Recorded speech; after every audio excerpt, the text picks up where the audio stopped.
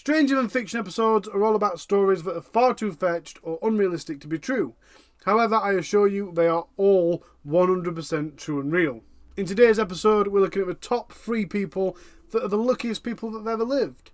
If at any point you think I've heard this story or I don't want to hear this story, check down here at the timeline and you'll be able to see the chapters which will show you the next story. It's said that statistically the chance of you being struck by lightning once in your lifetime is 1 to 12,000. However, Park Ranger Roy Sullivan would probably disagree with that. He's been hit by lightning not once, not twice, not 3 times. Park Ranger Roy Sullivan has been hit by lightning 7 times in 35 years. He's even in the Guinness Book of World Records, holding the record of the person struck by lightning more recorded times than any other human being. Roy Sullivan's first recorded lightning strike was in April 1942. He was hiding out from a thunderstorm in a newly built lookout tower. Because it were newly built, it didn't even have a lightning rod. And the tower had got struck, and he said there was fire jumping all over the place.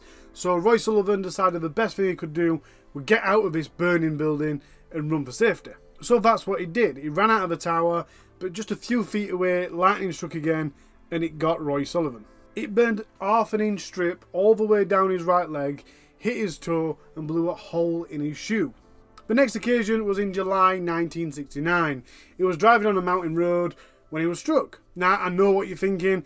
If he was driving, that means he was in a vehicle, so therefore the vehicle had been protecting him. But that's not how this happened. It weren't the vehicle that got struck by lightning, it was the tree. And then the lightning arced, reflected off the tree, and got Roy Sullivan. And because while he was driving, this lightning bolt had come through the window and hit him, it knocked him unconscious. It burnt off his eyebrows, it burnt off his eyelashes, it set his hair on fire.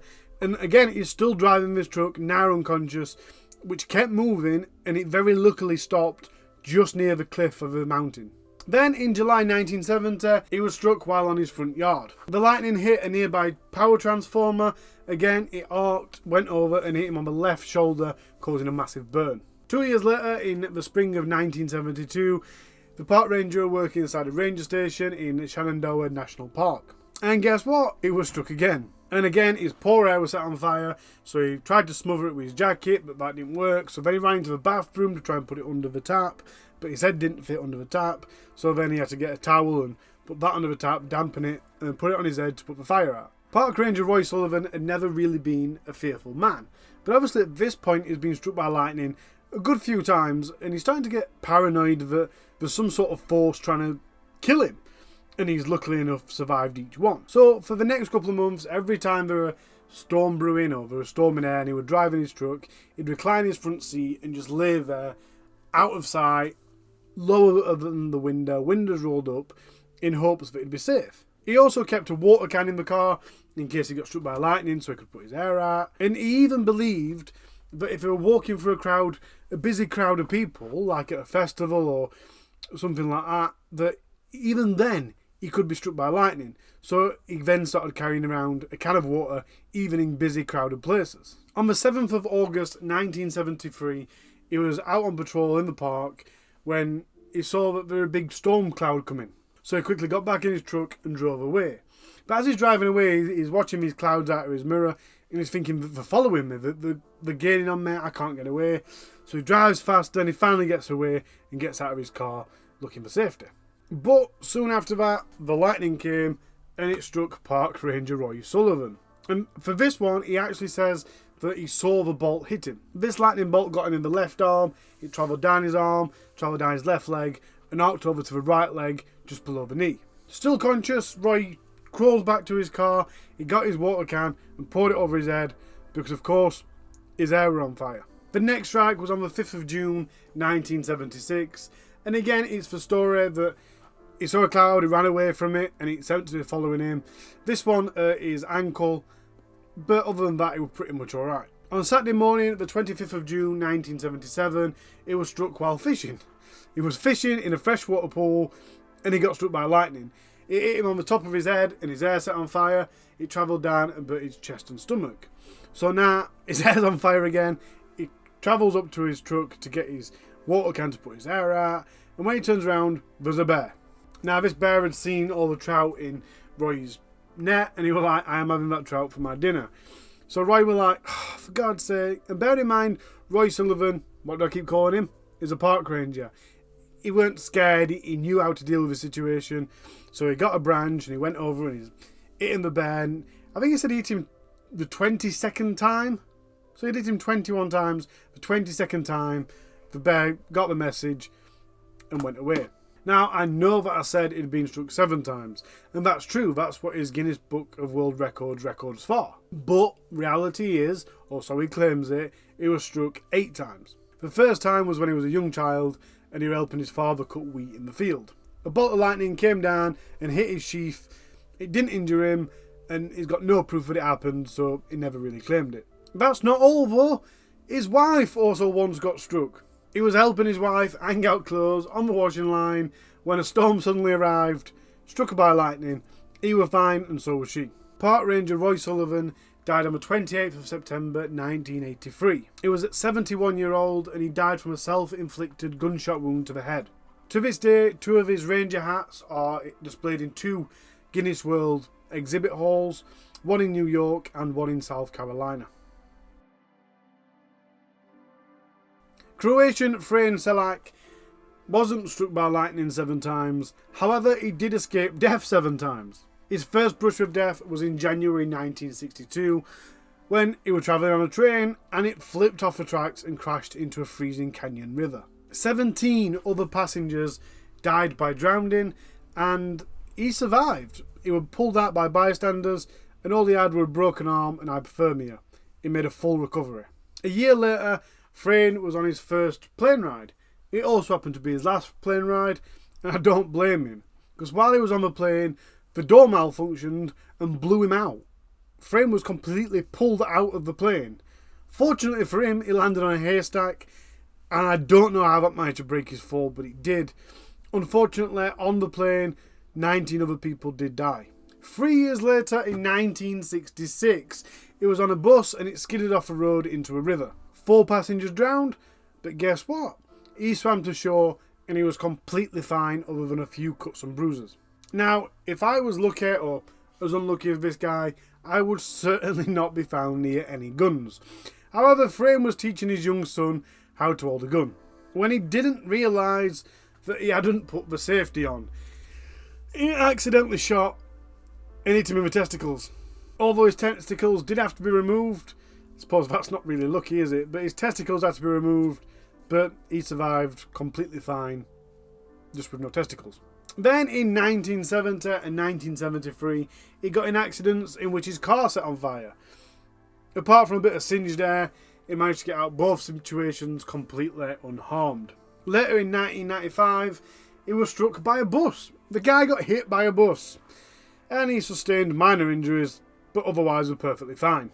A year later, Frane was driving down a mountain, and on this blind mountain bend, he encountered a UN truck. He very quickly swerved and hit the rail. At this point, he's not wearing a seatbelt, which I don't understand. Why, in his situation, would you not be wearing a seatbelt? I'd be taking every precaution I possibly could. But he weren't wearing a seatbelt, he swerved to not hit the United Nations truck, and he hit a guardrail. The guardrail weren't strong enough to hold the car back, so it gave way, and as it did, his car door flew open, he flung out, and both him and his car plummeted down a 300-foot drop into a gorge. He said at this point, he saw his own life flash before his eyes. He was certain he was going to die. But he didn't die. No. We know he didn't die because 2 days after his 73rd birthday, Frane Selak won a staggering $1.1 million on the Croatian National Lottery. With the money, he bought 2 houses, he bought a boat, and then he thought, wait a minute. So he went out and he bought a small chapel to be built in order to thank the Lord for all his fortune over the years. Wow. Now, this story is my all-time favourite story of recent. I only heard it a couple of weeks ago. But it's this story that is the reason I decided to do a lucky person story. It is an absolute incredible story, so please do listen all the way to the end. It's the story of Timothy Dexter, the luckiest fool. Timothy Dexter was born in Malden in the province of Massachusetts Bay on the 22nd of January 1947. He'd had little schooling, and at the age of 8 he dropped out of school and went to be a farm labourer. Then when he was 16 he became a tanner's apprentice. A tanner basically makes leather. And then in 1769 he decided to move to Newburyport, Massachusetts. He moved here because he saw they had a booming economy and he really wanted to be a part of that and earn some more money. It weren't long after moving there that he met 32-year-old Elizabeth Frothingham. She was a rich widow, so he quickly married her and they bought a mansion. But in Boston's well-to-do Charlestown neighbourhood, Dexter was quite a misfit. Straight away, these people were of high American nobility. They were all well practised in etiquette and business affairs. He just didn't fit in. He was an uneducated, lowly man who had married into money, and they really didn't see him as an equal. And this obviously infuriated him. He didn't like him looking down on him, and he just wanted to fit in. So he kind of got on this mission to prove his decency. Desperate to fit in, he looked around at his neighbours and he realised they all held political positions. So he obviously decided the first thing he needed to do was to get a seat in public office. But unfortunately for Timothy, everybody kind of gathered, it probably spread about a bit, that he was poorly educated and therefore he didn't get many votes. Now, Dexter weren't going to gain all that easy. He really wanted to fit in. He really wanted to be one of these high-flying people. So he submitted dozens of petitions to try and get some role. Now, his reading and writing skills were really quite poor, to the extent that people in office had to get experts in just to try and decipher what these notes said. And even then, they were just ignored. We don't want him in here. But out of desperation, he kept sending these petitions one after the other, and one day, out of utter exhaustion, they finally created him a post. Timothy Dexter was now proudly the informer of deer.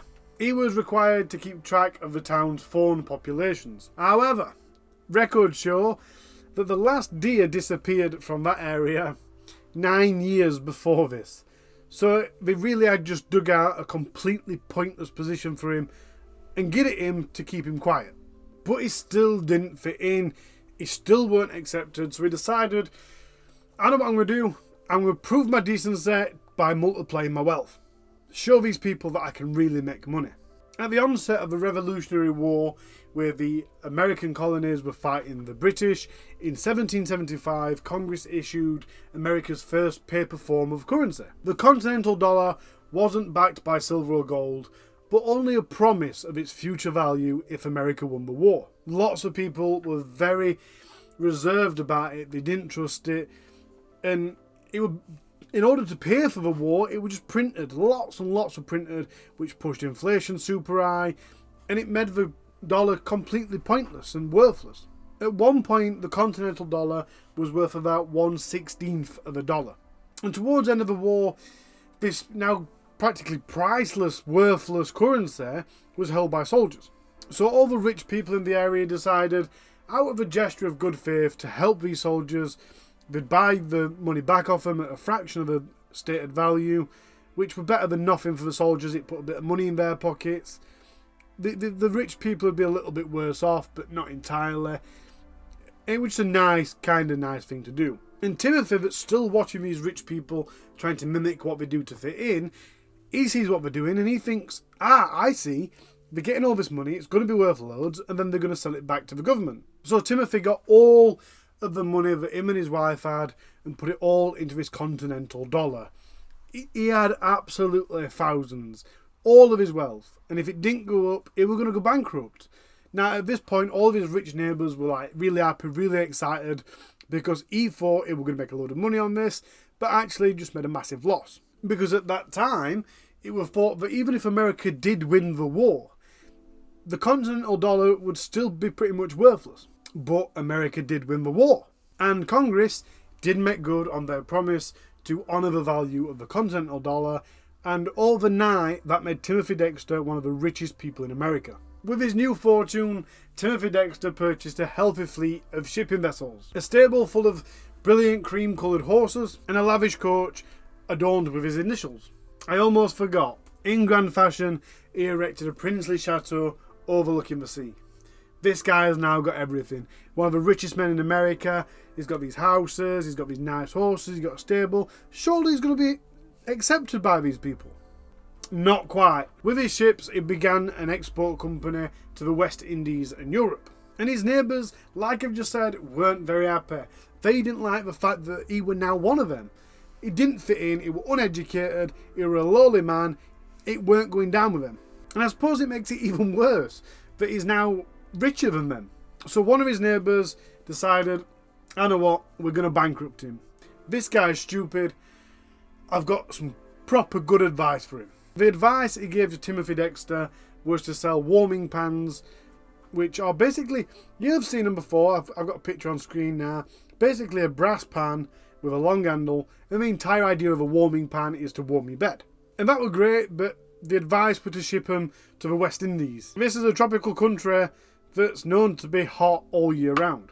Idolising his very publicly prominent neighbours, he took their advice and he bought 42,000 warming pans, put them into 9 shipping vessels and sent them on the way.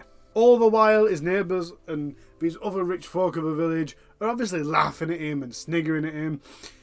And he was doomed to fail. Surely you can't send bed warmers to a hot country. And sure enough, the ships arrived, there were absolutely no need for bed warmers. But fortunately for Dexter, the captain of the ship realised this and he rebranded them as ladles. He then sold them to sugar plantation owners, and they were in that much demand that all the plantation owners didn't just buy one, they bought 3 or 4. Dexter made a huge handsome markup, and he returned with an even bigger fortune than he expected. So Timothy Dexter goes and tells his neighbours, thanks for the advice, it worked really well, just made tons of money, it's brilliant. So these rich neighbours getting even more annoyed to, yeah, well, you're welcome. I also think you should sell off some wool mittens. Yeah, that's exactly what you need. These warm countries need to be able to keep their hands warm. So Timothy Dexter says, yeah, good idea. So he goes off, buys loads of wool mittens, and sends them back to the West Indies. Obviously, this is doomed to fail. Why would the West Indies need to keep their hands warm when it's a hot country? And they don't, and they didn't. But the shipment did arrive just in time for another shipment to Serbia.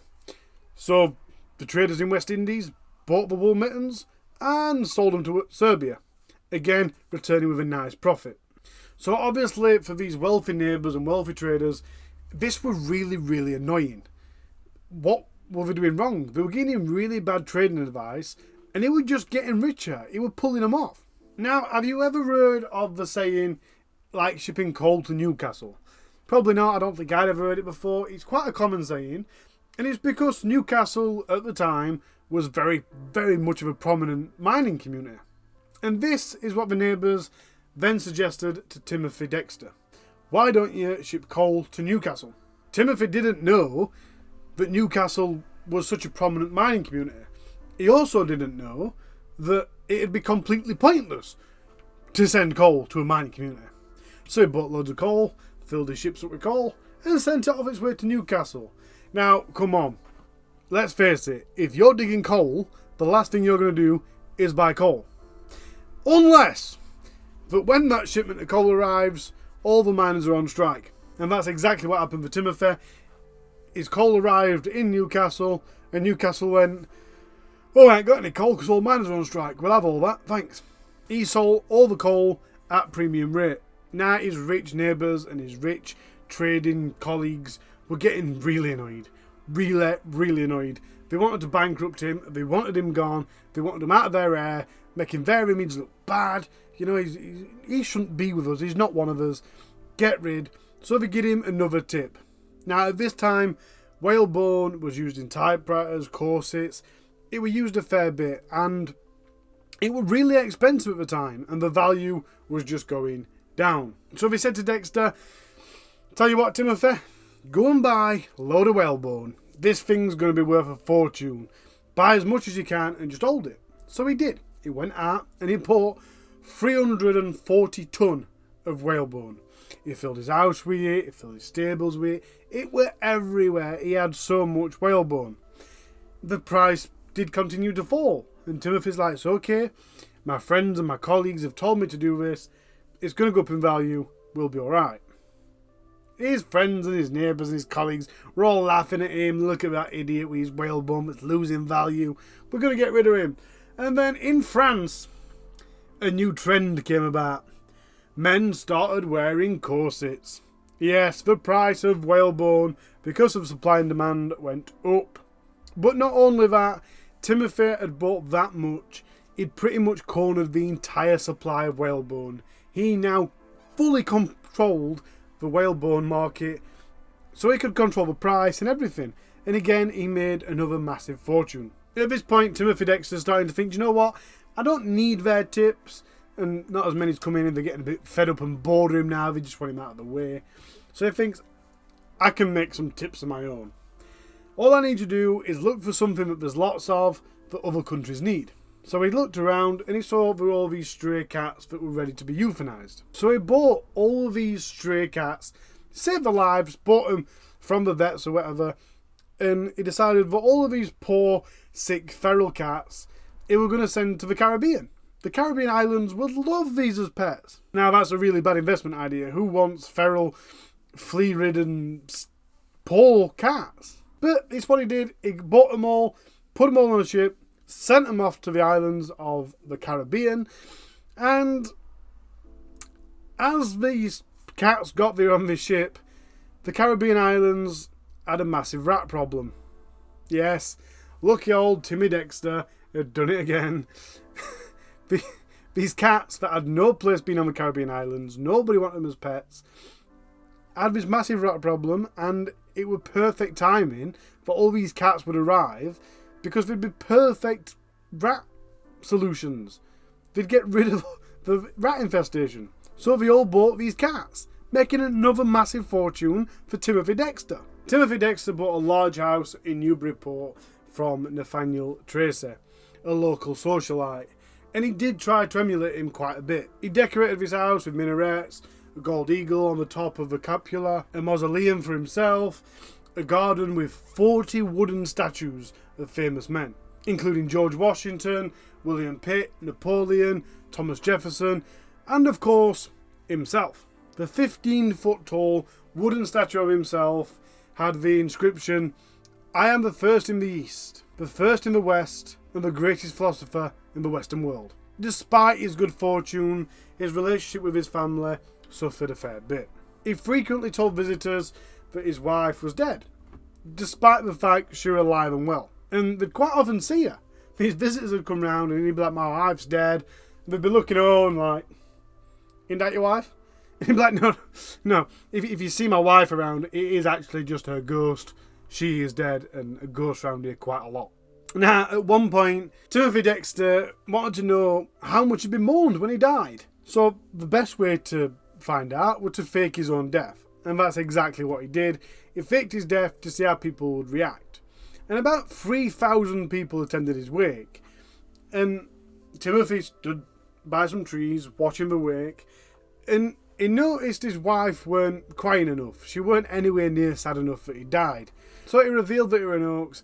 And he then proceeded to cane her for not mourning enough. What? Faking my death, and then I'm going to cane you because you're not sad enough that I died. My final note about Timothy Dexter is that when he was 50, he authored a book called A Pickle for the Knowing Ones. And I quite like that title. It's a very interesting title, and it does make me want to read it. But in this book, he complains about politicians, the clergy, and his wife.